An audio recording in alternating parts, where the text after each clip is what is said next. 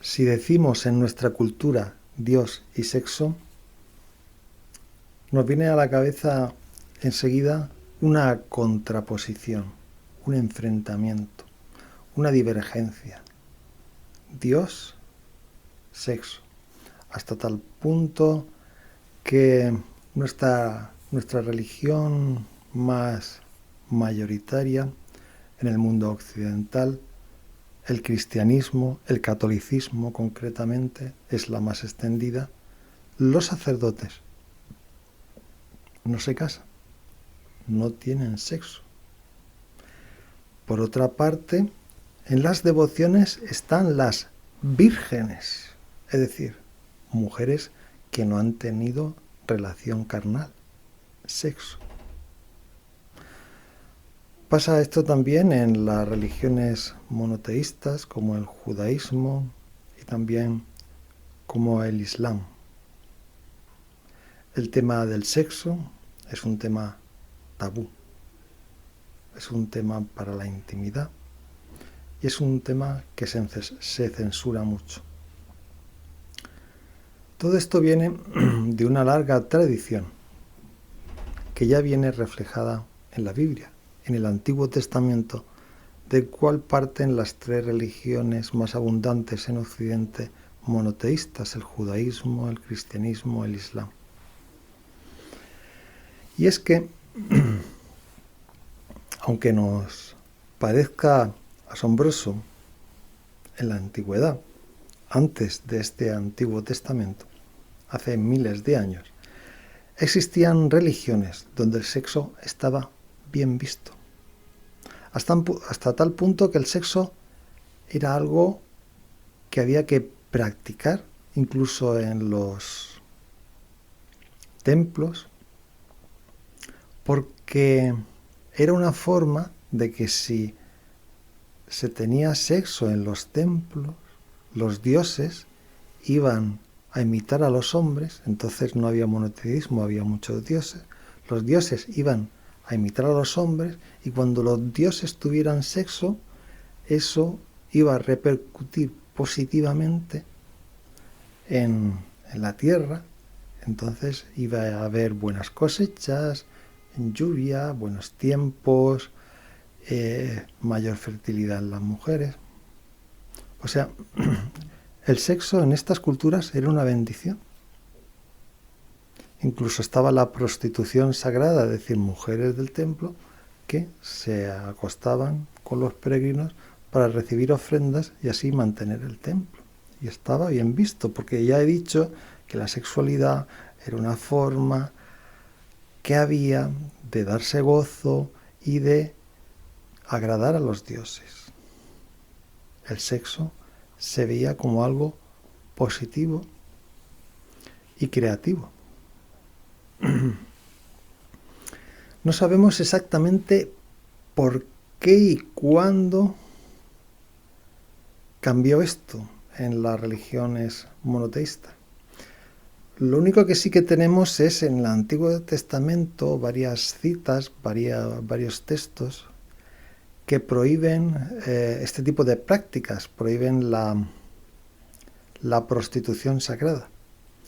Entonces de aquí podemos desprender que a lo mejor fue una seña de identidad de la nueva religión, del judaísmo, que luego contagió al cristianismo y luego al mundo musulmán, pues quizás fue una forma de diferenciarse, es decir, si todas estas religiones que tienen muchos dioses y se dedican a tener sexo, que incluso tienen templos donde hay figuras esculpidas de gente teniendo sexo, de hombres con hombres, mujeres con mujeres, hombres con animales, todo el sexo era bueno. Bien, pues si el sexo es tan importante para estas religiones, pienso yo, que dijeron los que escribieron el Antiguo Testamento, una forma de diferenciarnos de ellos es pasar a lo contrario. El sexo se convierte en algo privado solamente para la procreación y que el goce en la sexualidad de forma indiscriminada con quien tú quieras o cuando te dé la gana, eso es malo. pudiera ser, pudiera ser que fuera una forma de pillar una identidad propia frente a lo contrario que practicaban este tipo de religiones. No lo sabemos con exactitud. Lo que sí que sabemos es que había un montón de religiones antiguas, tanto en Oriente como en Occidente, que el sexo era algo positivo y bien visto, tanto como goce personal como forma de agradar a los dioses. Claro, de la religión pasó a la cultura y de la cultura a Internet, y hoy tenemos el absurdo que en las redes sociales, en cualquier red social que queráis, pues si sale una teta o un pene, eso se censura, se prohíbe, se elimina, porque atenta contra las normas de la comunidad. Sin embargo, si hay luchas de todo tipo, boxeo, donde se pegan golpes, donde se les desfigura el rostro, donde sangran abundantemente, donde se han dado casos de peleas entre hombres y mujeres, de boxeo o de lucha libre en general, se han dado casos de gente que ha muerto por conmoción cerebral. Sin embargo, esto aparece sin ningún problema porque no atenta contra las normas de la comunidad. Es algo que en nuestra cultura, la lucha, el boxeo, los deportes de riesgo, la cantidad de gente que muere en accidentes de motos y de coches, en carreras o en atropellos de la gente que los está viendo al lado de estas competiciones. Bien, pero todo esto se ve como algo pues que está bien, es una forma de divertirse. Ahora, si sale una teta o sale un pene, eso ya... Pero, curiosamente, por otra parte, hay un morbo que nos conduce a la locura, porque las redes sociales, examinar las redes sociales, veréis que están llenas de imágenes sugerentes. Es decir, nos enseña una teta, pero se enseña hasta lo que se puede enseñar. Y se aplica a las imágenes voluptuosidad, se intenta atraer, y tanto en hombres como en mujeres, o sea, se ponen ellas y se ponen ellos provocativos para captar audiencia. O sea, se incita a la sexualidad, pero luego, ¡pum!, eso está mal visto. Esto yo lo llamo un poco locura. Es decir, una constante excitación de los deseos sexuales para luego condenarlo y decir que eso no está bien. En fin. Pues partiendo de todo esto, yo creo que hay que ir cambiando formas de ver a Dios y formas de ver a la religión. Formas de ver a Dios entendiendo que Dios, si creó el sexo para procrearnos de forma gozosa, es señal de que el sexo es bueno. Y todo tipo del sexo. Sexo con quien te dé la gana. Sexo como te dé la gana. Sin ningún problema. No hace daño a nadie. Siempre y cuando sea entre adultos y consentido. Si el sexo es consentido, da igual con quien tengas sexo las veces que quieras y todas las parejas que te dé la gana. Ningún estudio psicológico serio va a, o psiquiátrico, como lo queráis llamar, o del sentido común, va a decir que el sexo indiscriminado con mucha gente es malo. No. Es sexo y es bueno. Que luego haya gente que prefiera una sola pareja, pues también está bien. Pero el sexo tiene que cambiar la visión que tenemos actualmente. Y por otra parte, quitándole todas estas máscaras al sexo, pues quizás se viva de forma más natural y más sosegada. Y se evitarán problemas, obsesiones, compulsiones, porque en la medida que el sexo sea algo normal y habitual y que salga en los medios de comunicación, en las redes sociales y tal, de forma natural, y que la gente tenga sexo de forma natural, pues será tan natural que nadie hablará de ello. ¿Por qué se habla ahora de si tal artista enseñó un pecho? Otro artista se le vio un poquito el pene y es noticia. Bien, en el día y en el momento que todo esto se normalice, ya dará igual que se vea un pene, una teta, porque es algo normal. No pasa nada. Hay que quitarle leña, hay que quitarle esta forma tan machacona de ver las cosas. Y entender que a Dios le encanta el sexo, y entender que los seres humanos, en la medida que se normalice, pues no hablaremos tanto de ello. Será una cosa más, como comer o cualquier cosa. ¿Qué diferencia hay entre comer, que es bueno para nuestra subsistencia como humanos, y el sexo, que es para reproducir nuestra especie? ¿Qué diferencia hay? Virgen. Es que tienes que ser virgen. ¿Qué es eso? ¿Qué carga emocional, conceptual le hemos dado al concepto de virgen?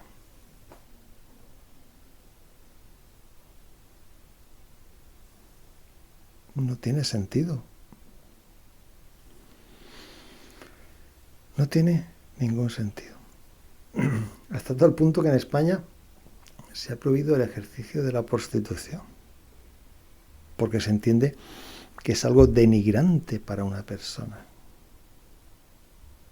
¿Hasta dónde hemos llegado? Denigrar el sexo. No es que si se paga por la misma regla de 3, todo trabajo que se haga a través del dinero es malo.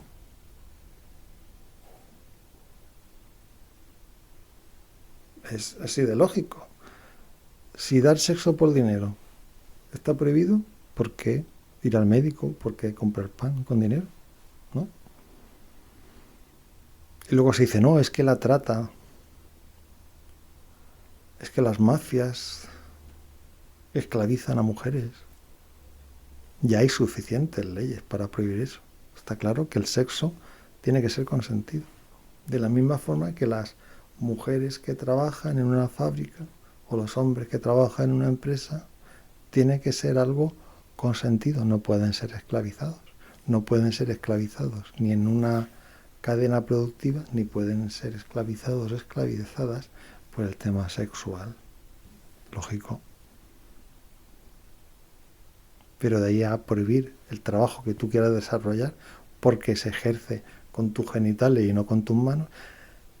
¿Qué diferencia hay entre la piel de las manos y la piel de los genitales? Ninguna. A no ser en su sensibilidad y en su espesor, pero forma parte de nuestro ser. Querer mutilar una parte de nosotros porque se dice, no, esas son zonas impúdicas, zonas feas, zonas malas. Y allá los niños desde pequeños, cuando va enseñando no, ¿qué haces? Mal, muy mal, eso no se enseña. Guarra, cochina, tápate.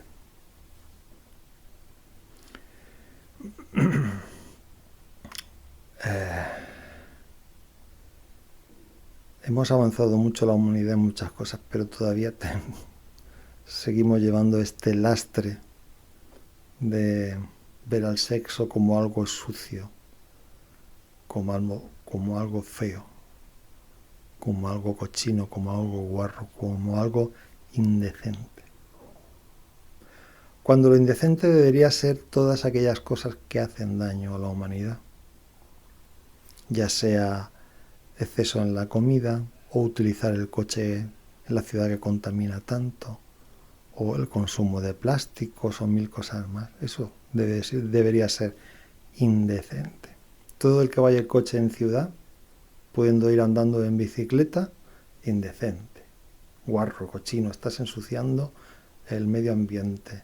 Estás matando a mucha gente con tu tubo de escape porque dice la OMS que mueren 7 millones de personas al año por la contaminación. Y si hay una pareja en el parque practicando sexo, siempre y cuando no moleste a nadie, allí en un rinconcito, en el césped, pues se le deja tranquilamente. Y no viene la policía y lo multa. No pasa nada.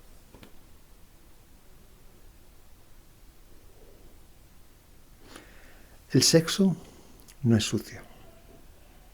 Lo que es sucio, lo que es corrompido, lo que es atroz, es las mentes que ven al sexo como algo sucio, como algo que se tiene que vincular solamente a la intimidad.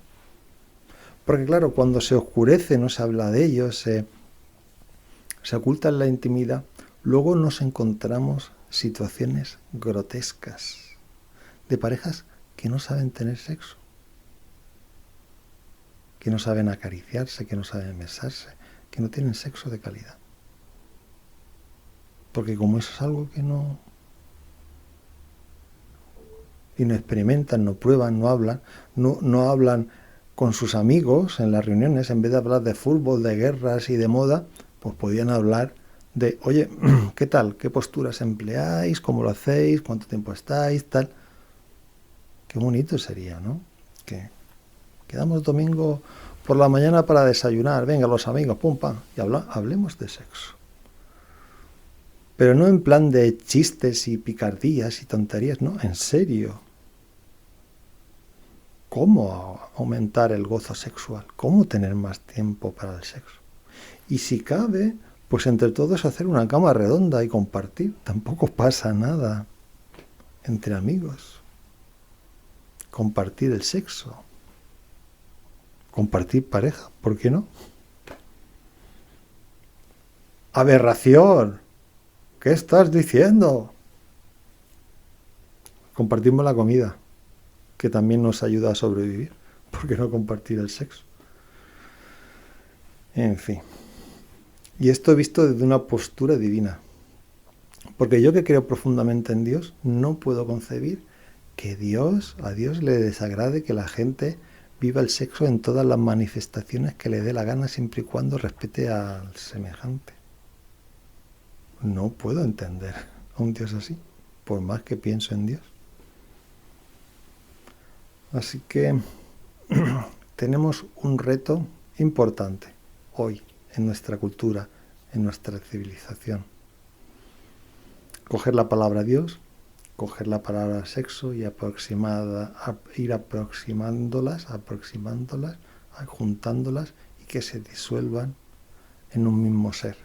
Porque a Dios le encanta el sexo. A Dios le encanta que la gente practique sexo y disfrute en todas las formas, en todas las manifestaciones, siempre respetando al otro. Todo eso a Dios le encanta y disfruta. Y una de las formas de llegar a la vida eterna tiene que ser, sin duda alguna, haber disfrutado de la vida con intensidad. Y entre ello, también, el sexo. Pues nada, buenas tardes, mucho sexo y buena suerte.